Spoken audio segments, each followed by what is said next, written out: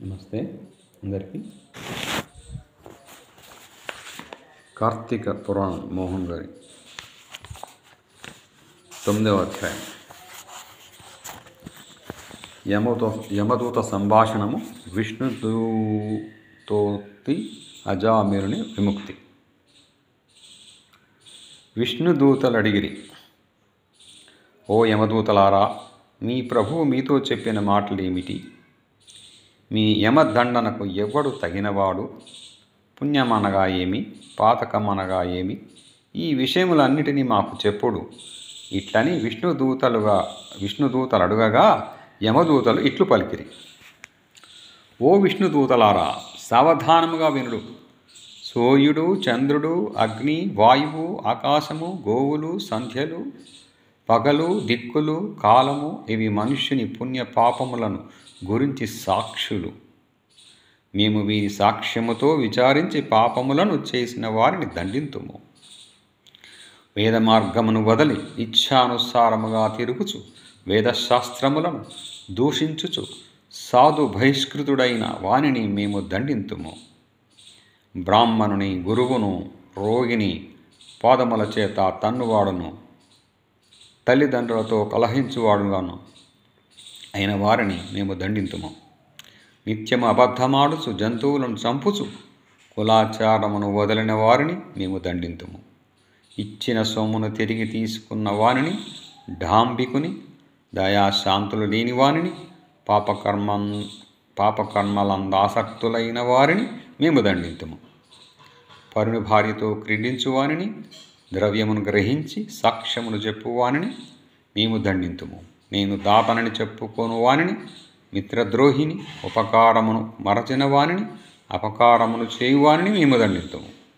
వివాహమును చెరచువానిని, ఇతరుల సంపత్తులను చూసి అసూయపడువానిని మేము దండింతుము. పరుల సంతానమును చూసి దుఃఖించువానిని, కన్యాశుల్కముల చేత జీవించువానిని, వడ్డీతో జీవించువానిని మేము దండింతుము. చెరువును, నూతిని, చిన్న కాలువలను నిర్మించు వ్యాపారమును మార్పించువానిని, నిర్మితములైన వాటిని చెరుచువానిని మేము దండింతుము. మోహము చేత మాతాపితరుల శ్రాద్ధమును విడిచిన వానిని, నిత్య కర్మను వదిలిన వానిని మేము దండింతుము. పరపాక పరిత్యాగిని, పరపాకరతుని, పితృశేషాన్నమును భుజించువానిని మేము దండింతుము. పరపాక పరిత్యాగి అనగా తాను వంటిన అన్నములో ఇతరులకు ఎంత మాత్రమును పెట్టక తానే అంతయు భుజించువాడు. పితృశేషాన్న భోక్త అనగా శ్రాద్ధ భోక్తలు భుజించిన తర్వాత మిగిలిన అన్నమును భుజించువాడు. ఇతరుడు దానము చే సమయాన ఇవ్వవద్దు అని పలుకువానిని, యాచించిన బ్రాహ్మణునికి ఇవ్వని వానిని, తన్ను శరణుజొచ్చిన వారిని చంపువానిని మేము దండింతుము. స్నానమును, సంధ్యావందనమును విడుచువానిని, నిత్యము బ్రాహ్మణ హంతకుని, అశ్వహంతకుని, గోహంతకుని మేము దండింతుము.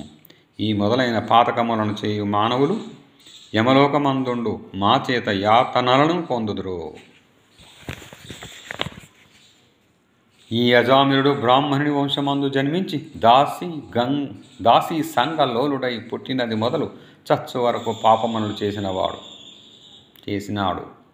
ఇతనిచే చేయబడిన పాపములకు మితి లేదు. ఇట్టి విప్రాధముడు మీ విష్ణులోకమునకు ఎట్లు అర్హుడగును? ఈ ప్రకారముగా పలికిన యమదూతల మాటలు విని విష్ణుదూతలు చిరునవ్వుతో వికసించిన ముఖబద్ధములు కలవారై మేఘ సమాన గంభీరధ్వనితో ఇట్లనిరి, ఏమి ఆశ్చర్యము! మీరింత మూఢులు! ధర్మ మర్యాదను మేము చెప్పేదము, సావధానముగా వినుడు. దుస్సంగమును విడుచువాడు, సత్సంగము ఆశ్రయించువాడు, నిత్యము బ్రహ్మచింతనము చేయువాడు యమదండార్హుడు కాడు. స్నాన సంధ్యావందనములాచరించువాడును, జపహోమాదులాచరించువాడును, సర్వభూతములయందు దయావంతుడును యమలోకమును పొందడు. సత్యవంతుడై, అసూయాదోషరహితుడై, జపాగ్నిహోత్రములను చేయుచు కర్మల ఫలములను బ్రహ్మయందుంచిన వాడు యమదండార్హుడు కాడు.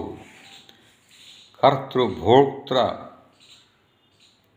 కర్తృభోక్తృత్వాదులను సగుణ పరమేశ్వరుని యందు స్థాపించి ఈశ్వరార్పణ బుద్ధితో కర్మలను ఆచరించుటచే తాత్పర్యముగా కలవాడు యమమందిరానికి వెళ్ళడు. అన్నదానమాచరించువాడును, జలదాతయు, గోదానకర్తయు, వృషోత్సర్కర్తయు యమలోకమును పొందడు.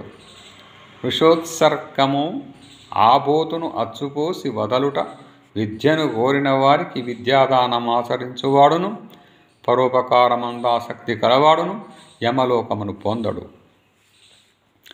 హరిని పూజించువాడును, హరినామము జపించువాడును, వివాహములను ఉపనయములను చేయువాడును యమలోకమును పొందడు. మార్గమధ్యములందు మండపములు కట్టించువాడును, క్రీడాస్థానములను గట్టించువాడును, దిక్కులేని శవమునకు మంత్ర సంస్కారమును చేయించువాడును యమలోకమును పొందడు. నిత్యము సాలగ్రామార్చనమాచరించి ఆ తీర్థమును పానము చేసి దానికి వందనమాచరించువాడు యమలోకమును పొందడు. తులసీ కాష్టమాలికను మెడయందు ధరించి హరిని పూజించువాడును, సాలగ్రామమును పూజించువాడును యమలోకమును పొందడు. భాగవతమును వ్రాసి గృహమందు పూజించుచున్నను, గృహమందుంచుకొన్నను యమలోకమును పొందడు. సూర్యుడు మేష తుల మకర సంక్రాంతులందుండగా ప్రాతస్నానమాచరించువారు యమలోకమును పొందరు.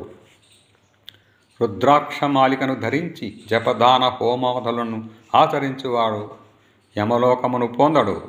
నిత్యమును అచ్యుత, గోవింద, అనంత, కృష్ణ, నారాయణ, ఓ రామాయణి హరినామ సంకీర్తన ఆచరించువాడు యమలోకమును పొందడు.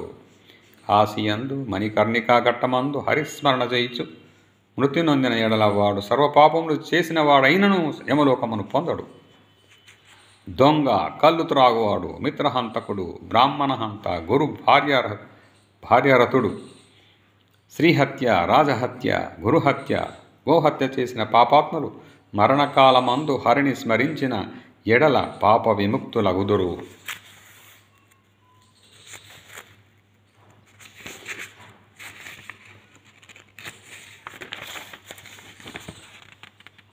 మహిమను తెలుసుకొని గాని తెలియక గాని మరణకాలమున హరినామ సంకీర్తన కావించిన వారు పాపాత్ములైనను ముక్తులగుదురు. పడినప్పుడును, తొట్రుపాటు పొందినప్పుడును, కొట్టబడినప్పుడును, జ్వరాదుల చేత పీడింపబడినప్పుడును, సప్త వ్యసనముల చేత పీడింపబడినప్పుడును, వశము కానప్పుడును హరి హరి అన్న ఎడల యమయాతన పొందడు. అనేక జన్మలలో సంపాదింపబడి ప్రాయశ్చిత్తములు లేక కొండవలె పెరిగి ఉన్న పాపములన్నీ భూమి యందు గాని స్వర్గమందు గాని హరినామ సంకీర్తనము చేత నశించును. మరణావస్థలో ఉన్నవాడు హరినామ స్మరణమును చేసిన ఎడల వాని పాపములన్నీ అగ్నిలో ఉంచిన దూది వలె నశించును. విష్ణుదూతలిట్లు యమదూతలతో పలిగి అజామిలుని యమదూతల వలన విడిపించిరి. విష్ణుదూతలిట్లు యమదూతలతో పలికి అజామిలుని యమదూతల నుండి విడిపించిరి. తర్వాత అజామిలుడు విష్ణుదూతలకు నమస్కారము చేసి, మీ దర్శనం వలన నేను తరించి అనను. తర్వాత విష్ణుదూతలు వైకుంఠమునకు పోయి. తర్వాత అజామిలుడు యమదూత విష్ణుదూతల సంవాదమును విని ఆశ్చర్యపడి, అయ్యో ఎంత కష్టమాయను, ఆత్మహితము చేసుకొనలేకపోతేని కదా, చీ నా బ్రతుకు సజ్జన నిందితమాయను కదా, పతివ్రత అయిన భార్యను వదిలివేసి కళ్ళు త్రాగటి ఈ దాసీ భార్యను స్వీకరించి తిని కదా, వృద్ధులు నాకంటే వేరు దిక్కులేని వారును పుణ్యాత్ములైన మాతాపితరులను నీచుడనై విడిచితిని కదా, అయ్యో ఎంత కష్టము, ధర్మమును చెరచువారు కాముకులు నిరంతరం అనుభవించడి నరకమందిప్పుడు నేను నిక్షయముగా పడేడివాడును. ఇది ఏమి ఆశ్చర్యము, ఇది స్వప్నమా? ఆ నల్ల కత్తులను ధరించిన యమపటులు ఎట్లు పోయిరి? నేను పూర్వజన్మమునందు మా పుణ్యమాచరించిన వాడను, ఇది నిజము. అట్లు గానిచో దాసీపతినైన నాకు మరణకాలమందు హరిస్మృతి ఎట్లు కలుగును? నా జిహ్వ హరినామమును ఎట్లు గ్రహించును? పాపాత్ముడనైన నేనెక్కడా? అంత్యకాలమంది స్మృతి ఎక్కడా? సిగ్గు విడిచి బ్రాహ్మణులను చంపు నేనెక్కడా? మంగళకరమైన నారాయణ నామం ఎక్కడా? అజామిలుడెట్లు విచారించి నిక్షలమైన భక్తిని పొంది జితేంద్రియుడై కొంతకాలం ఉండి సాయుధ్యముక్తిని పొందెను. కాబట్టి నారాయణ నామ కీర్తన గావించువారు సమస్త పాప విముక్తులై వైకుంఠలోకము పొందుదురు. ఇందుకు సందేహము లేదు. Thank you yours Jayaprakash. Thank you yours, thank you subscribers, thank you one and all.